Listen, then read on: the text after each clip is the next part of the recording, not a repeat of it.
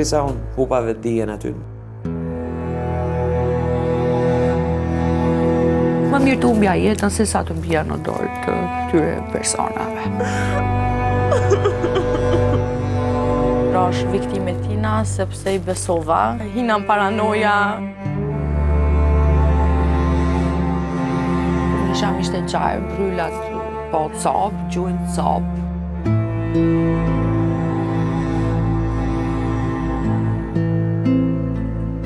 S'kom dash të tregoj asnjëherë, ajo është vetëm gjë që e kisha fshinj jetën time kështu krejt. Se ishte lidhje parë që i ftova prind, am kupton edhe si çdo femër që ndron krijon familje, që don të jetë me dikë, po ndonjëherë ajo dëshira e prindve na bën neve që ne të shpejtojmë edhe të marrim vendime të gabuara. Nëse ishim pa 2 herë 3 herë, u bëja ceremonia e dorës, filloi xhelozi të madhe, presion psiqik për çdo gjë. Më largoi nga shoqëria.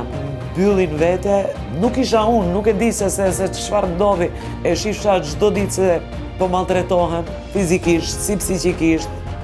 Ser kur thoya ej, nuk është kjo, doja të marr një vendim, ai ishte as një aktor i mirë që dinte ta malun mendjen edhe të bënte gjithçka sikurse i vje shumë pishman, se ai më do, vetëm se i thash e ndjej se diçka nuk është në rregull, filloi dhunën.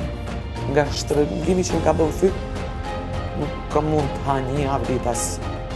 E mendova familjen, mendova vëllezrit, mendova duke ditë se jam fytyrë e rëndësishme, mos dal nëpër portale, em shefa këtë gjë. Kom mendu familjen, asnjëherë nuk kam publikuar foto me atë, rruja speciale për dasëm, dasma nuk u bëu anulu. Ishte një ndër arsye që më hante shpirti, pse nuk publikon foto, uroj ditëlindjen atij edhe të publikoj foto. Ai u çmend, duke mbërtit, duke të më thotë që heqemi një herë foto, Tash unë e di që ka diçka. Vetëm këtë fjalë pse ja thash. Filloi sërish prapë dhuna, shihja se s'jam rahat, s'kisha lumturi. Tan kohës dytje që vetëm stres psiqik më jepte. Unë duhet të shpëtoj për këtij njeriu. Kuptova të vërtetën, isha një viktim edhe doja nxija jetën vetes për gjithmonë. Në dërgova një mesazh që unë më nuk du me atë, që jap fund gjithçkaje, kom duru kot, kom përbi kot kur gjithë më mbështeten dhe gjithë më përkrahen. Kur më shku në Zvicër, njoftova një djalë përmes shoqënisë. Ishte tip Don Juan. Në farë mënyrë rash viktime tina, sepse i besova. Ai dojke unë me konë ajo çka ai don. Ja nisi të mi eliminu shoqënien, më ndaloj me pas komunikim, me pas rrjetet sociale, më shtini me ndru komplet stilin. Edhe unë e pranova për hatër dashnis, kalun 1 vjet e gjys, lidhje. Një ditë prej ditëve isha tu e pastru shtëpien edhe pash që poçi elektrike ka një pikë të vogël. Ajo i shkon kamerë.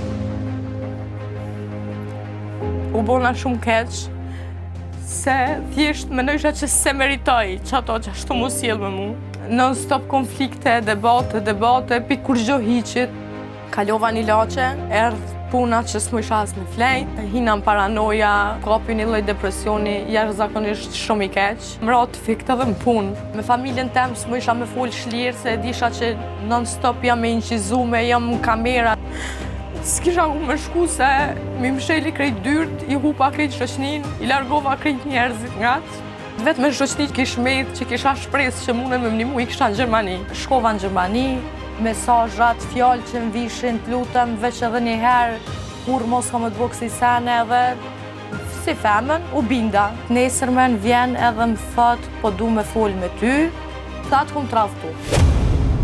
Më kopi zemra, si femën, se kisha dhona që shumë për atë lidhje. Mu përgjërue, mu lute, krejt senet, ku më gabu, nuk jo më kam vetvetja, ka ndodh veç një herë. Unë ja fala me fjallë goje, po nuk më isha mja falë me shpirt. U bona edhe ma keq me gjendje, se sa që jo më kam.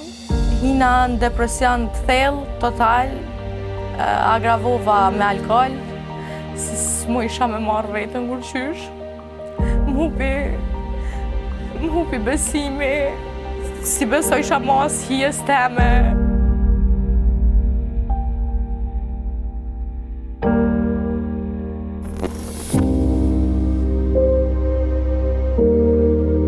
Kur e kujtoj atë lloj gjëje më rënqethet mishi sepse rrezikoja dhe jetën. Kam qenë 18 vjeç. Gjatë pushimeve të verës, unë kam pasur shumë dëshirë që të isha e pavarur nga prindrit dhe u futa të punoja në një butik rrobash. Bëhem gati që të marr autobusin, ndërkohë që po hypja në autobus, një komshiu im më përshëndet dhe më thot: "Po hajde se të çoj unë me një mikun tim." Nuk kisha arsye fare pse mos ta besoja, për sa kohë kisha komshi dhe përshëndeteshim çdo ditë. Ndërkohë hypim në makinë dhe shoh që personi që ishte shofer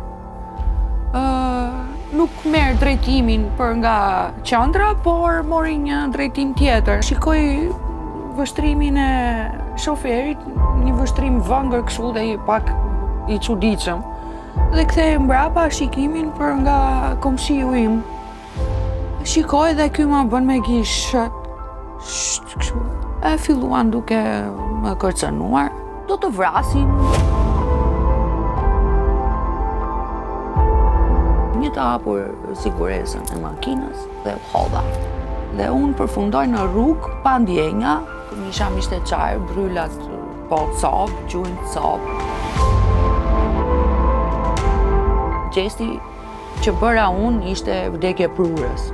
Më mirë të humbja jetën se sa të mbija në dorë të këtyre personave. Në atë kohë ishte në mas përdhunimi i femrave. Më vinte keq të shqetësoja prindrit, se s'isha e qetë kur dilja nga shtëpia, kisha frikë se kushdo më ndiqte në rrugë. Ka lënë një traumë.